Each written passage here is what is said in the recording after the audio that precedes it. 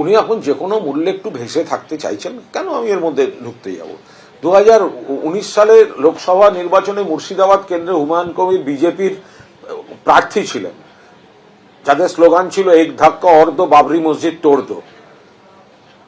তো সেই হুমায়ুন কবির কোন সালে, কোন বছরের কত তারিখে কোন দলে ছিলেন আচমকা জিজ্ঞেস করলে আপনি সেটাই বলতে পারবেন না। এতবার দল বদল করেছেন উনি। আজকে যা স্টেটমেন্ট করছেন, আগামী বছর এই সময়ে উনি কোথায় থাকবেন উনিই জানেন না। মুর্শিদাবাদের মানুষ বাংলাতে কত, উড়িষ্যা, এই ঝাড়গ্রাম, বিহার, ইউপি, কত মানুষ এখানে কর্মসূত্রে আছে, কোনো কারো তো অসুবিধা হয় না।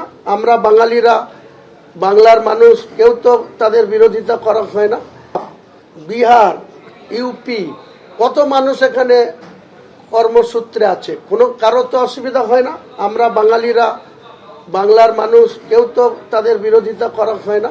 প্রশাসনকে যত রকম আমার যারা কর্মকর্তা তাদের পাঠিয়েছি। প্রথম ভারতবর্ষের কোন মুখ্যমন্ত্রী তিনি অন ক্যামেরা দাঙ্গাকারীদের সমর্থন করছেন। অন ক্যামেরা মাননীয় মুখ্যমন্ত্রী বলছে যে ওদের কোনো দোষ নেই, ওরা তো করবেই। মমতা বন্দ্যোপাধ্যায় বলছেন পরিযায়ী শ্রমিকের উপর অত্যাচার হয়েছে, তাই হচ্ছে, বিজেপি করাচ্ছে।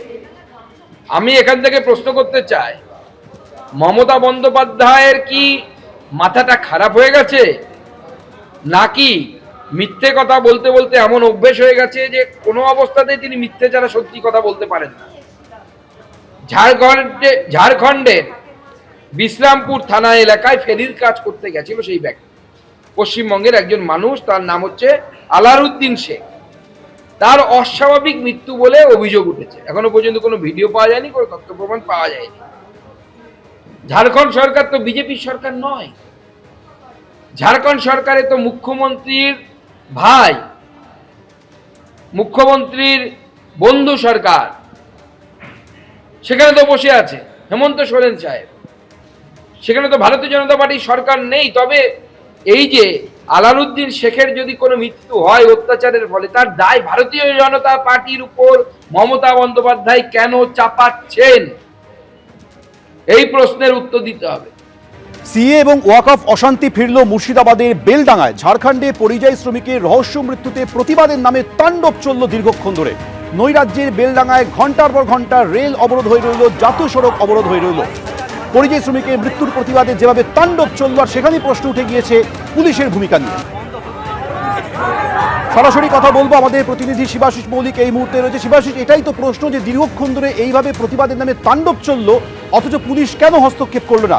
পুলিশ সূত্রে কি জানতে পারছো, সর্বশেষ কি আপডেট রয়েছে এবং কারা চালালো এই তাণ্ডব?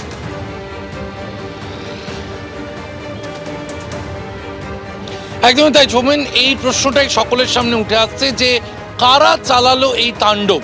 শুধুই কি স্থানীয় মানুষ, নাকি পিছনে ছিল কোনো রাজনৈতিক ইন্ধন? সেই প্রশ্ন কিন্তু বেলডাঙ্গার আনাচে কানাচে ইতিমধ্যেই উঠতে শুরু করেছে। বেশিরভাগ লোক, তাদের সাথে যখন কথা বলা হচ্ছে, তারা বলছেন যে তারা সাম্প্রতিককালে এ ধরনের পথ অবরোধ দেখেননি। প্রায় 3 থেকে 4 কিলোমিটার পথ অবরোধ হয়ে রইল এবং ছোট গাড়ি, বড় গাড়ি, কোনো গাড়ি সেখান থেকে যেতে পারলো না এবং 5.5 ঘন্টার বেশি সময় সেখানে পথ অবরোধ চলল। জেলা পুলিশ প্রশাসন তাদের বেশ কয়েকজন সেখানে উপস্থিত থাকলেন, তারা আলোচনা চালালেন, কিন্তু 5.5 ঘন্টার বেশি একটা জাতীয় সড়ক, আমরা এই মুহূর্তে যেখানে দাঁড়িয়ে রয়েছি 12 নম্বর জাতীয় সড়ক, এবং এই জাতীয় সড়ক কিন্তু বিশেষভাবে তাৎপর্যপূর্ণ, কারণ দক্ষিণবঙ্গ থেকে উত্তরবঙ্গ যাওয়ার জন্য বিশেষ গুরুত্বপূর্ণ এই পথ, এই 12 নম্বর জাতীয় সড়ক। যে 12 নম্বর জাতীয় সড়ক অবরোধ করে রাখা হলো ঘন্টার পর ঘন্টা, এবং সংবাদ সংগ্রহের ক্ষেত্রে বিভিন্ন সময় কিন্তু বিভিন্ন সময় ছবি তুলতে দেওয়া হচ্ছে না, কথা বলতে দেওয়া হচ্ছে না। সেই যে সারাদিনের যে তাণ্ডবের ছবিটা আমরা এই বেলডাঙ্গায় ফুটে উঠেছে, সেই ছবি কিন্তু বিকেলেও বিভিন্ন জায়গায় দেখা গেল যে বাধা দেওয়া হচ্ছে। এবং এখনো পর্যন্ত কিন্তু কার্যত থমথমে বেলডাঙ্গা, বিভিন্ন জায়গায় যান চলাচল শুরু হয়েছে। বিকেলের পর থেকে আমরা জানি যান চলাচল শুরু হয়ে গিয়েছে, কিন্তু কোথাও একটা চাপা অশান্তি, চাপা উত্তেজনা এখনো রয়ে গিয়েছে বেলডাঙ্গাতে। শিবাশিস, তুমি আমাদের সঙ্গে থাকো। ওয়াকফ অশান্তি ফের ফিরল মুর্শিদাবাদের বেলডাঙ্গায়। কয়েক মাস আগে যেভাবে ওয়াকফ নিয়ে অশান্ত হয়ে উঠেছিল মুর্শিদাবাদের বিভিন্ন জায়গা, আজ বেলডাঙ্গায় এক পরিযায়ী শ্রমিকের ঝাড়খণ্ডে পরিযায়ী শ্রমিকের মৃত্যুর প্রতিবাদে পরিস্থিতি উত্তপ্ত হয়ে ওঠে। ঝাড়খণ্ডে পরিযায়ী শ্রমিকের রহস্য মৃত্যুতে প্রতিবাদের নামে তাণ্ডব চলে। নৈরাজ্যের বেলডাঙ্গায় ঘণ্টার পর ঘণ্টা রেল অবরোধ হয়, জাতীয় সড়ক অবরোধ হয়।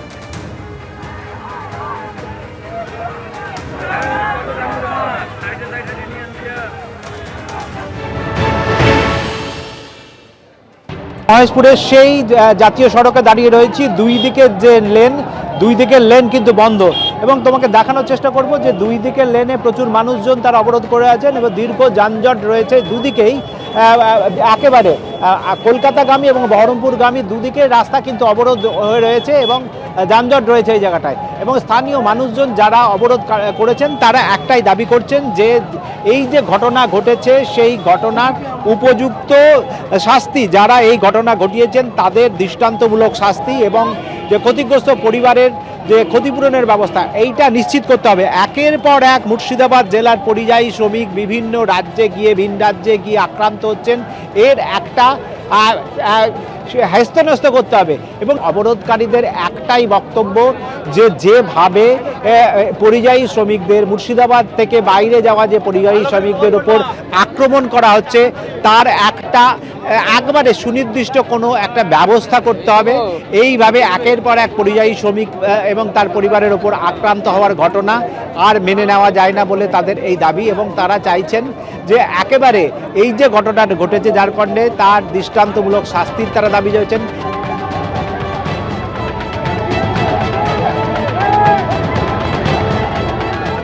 একেবারে পদস্থ পুলিশ আধিকারিক যারা রয়েছেন তারা স্থানীয় বাসিন্দাদের বেশ কয়েক ঘন্টা ধরে বোঝানোর চেষ্টা করছেন অবরোধ তুলে নেওয়ার জন্য এবং সমস্ত রকম ব্যবস্থা করা হবে, তাদের দাবি মানা হবে। কিন্তু মানুষজন কিন্তু একেবারে এখনো পর্যন্ত অনড় রয়েছেন। তারা চাইছেন যে আরও উচ্চপদস্থ আধিকারিক বা প্রশাসনিক আধিকারিক তাদের এসে এই আশ্বাস না দিলে তারা এই অবরোধ তুলবেন না। ডিএম ছাড়া আমরা অবরোধ দিবে না, এখানে বললে মারছে। আমরা কি দেশের নাগরিক না? আমাদের রক্ত মাংস নাই, আমাদের স্বাধীনতা নাই। স্বাধীন দেশে আমরা এখানে ডিএম কে চাই, মুখ্যমন্ত্রীকে চাই। শুরু হয়েছে, এখনো ডিএম ছেড়ে আসেনি, এসপি কুমার শানিরাজ আসেনি, ওসি কেউ আসেনি, কোন মন্ত্রী আসেনি, কোন নেতা আসেনি। এরকম দীর্ঘ ঘটনা আগামী উড়িষ্যায় হলো, আমাদের জুয়েল রানা ও মারা গেল, কিছুদিন আগে ঝাড়খণ্ডে মারা গেল, আজ সেই সেম ঘটনা মারা গেল, এখনো কোনো প্রশ্ন নাই। মুখ্যমন্ত্রী এসে আমাদেরকে এখানটা আমাদের সিদ্ধান্ত লেখ, যারা যাদের বাড়ি লাশ মরে গেছে তাদের বাড়ি যাক, তাদের বাড়ি যেয়ে তাদের সহযোগিতা করুন। আন্দোলনকারীরা অনড় রয়েছেন যে সর্বোচ্চ যে আধিকারিক রয়েছেন, প্রশাসনিক আধিকারিক এবং সর্বোচ্চ জনপ্রতিনিধি যারা রয়েছেন তাদের যতক্ষণ না আসবেন ততক্ষণ এই তাদের আন্দোলন কিন্তু চলবে। বেলডাঙ্গায় এই তাণ্ডব বিজেপিকে নিশানা করেছেন মুখ্যমন্ত্রী মমতা বন্দ্যোপাধ্যায়। তিনি বলছেন রাজনৈতিক স্বার্থ চরিতার্থ করার জন্য উস্কানি দেওয়া হচ্ছে, বিজেপি দাঙ্গা লাগানোর চেষ্টা করছে। বেলডাঙ্গায় কাদের প্ররোচনায় এই ঘটনা ঘটেছে সবাই জানে। কি বললেন মুখ্যমন্ত্রী শোনাবো।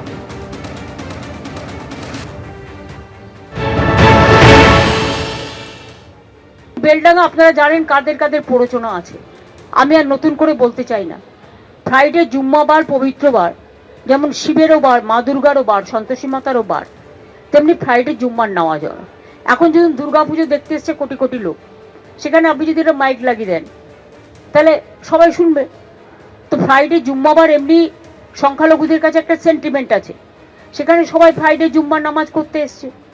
এখানে কেউ কেউ যদি তার রাজনৈতিক চরিতার্থ করবার জন্য উস্কে দেয়,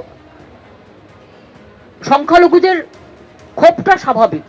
মাইগ্রেন্ট লেবারদের উপর যে অত্যাচার হচ্ছে প্রত্যেকটা কেস আমরা টেক আপ করছি, এফআইআরও হয়েছে প্রত্যেকটা, আমরা অ্যারেস্টও করব, অ্যারেস্ট আমরা করছি এবং করব। মাইগ্রেন্ট ওয়ার্কার যাদের উপরে অত্যাচারিত হচ্ছে সব পরিবারকে আমরা সাহায্যও করছি, করব।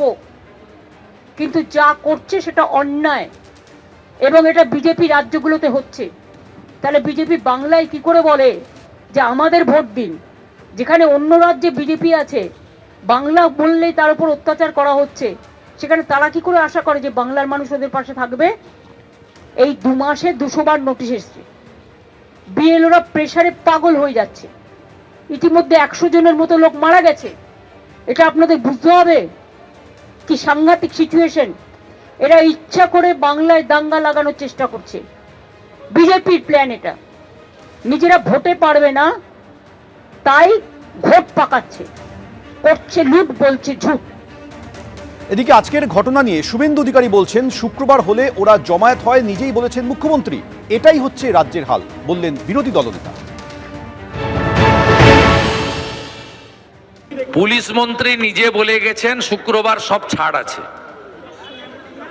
উনি নিজেই বলে গেছেন যে শুক্রবার দিন ওরা একটু জমায়েত হয়, একটু প্রতিবাদ করে। এইটা হচ্ছে পশ্চিমবঙ্গের পুলিশ মন্ত্রী তথা মুখ্যমন্ত্রীর বক্তব্য। এই হচ্ছে রাজ্যের বর্তমান অবস্থা। এই অবস্থার পরিপ্রেক্ষিতে আমরা ভারতীয় জনতা পার্টি মনে করি যে অবিলম্বে এর বিরুদ্ধে সমস্ত সাংবিধানিক প্রতিষ্ঠানগুলি তাদের এগিয়ে এসে পশ্চিমবঙ্গের সাধারণ জনগণ সরকারি সম্পত্তি স্বাভাবিক জীবনযাপন করার ক্ষেত্রে যে পরিবেশ পরিস্থিতি তৈরি করেছে তৃণমূল কংগ্রেসের গুন্ডারা পুলিশকে দর্শক বানিয়ে, এর বিরুদ্ধে যথাযথ ব্যবস্থা গ্রহণ করা হোক। এবিপি আনন্দ, এগিয়ে থাকে, এগিয়ে রাখে।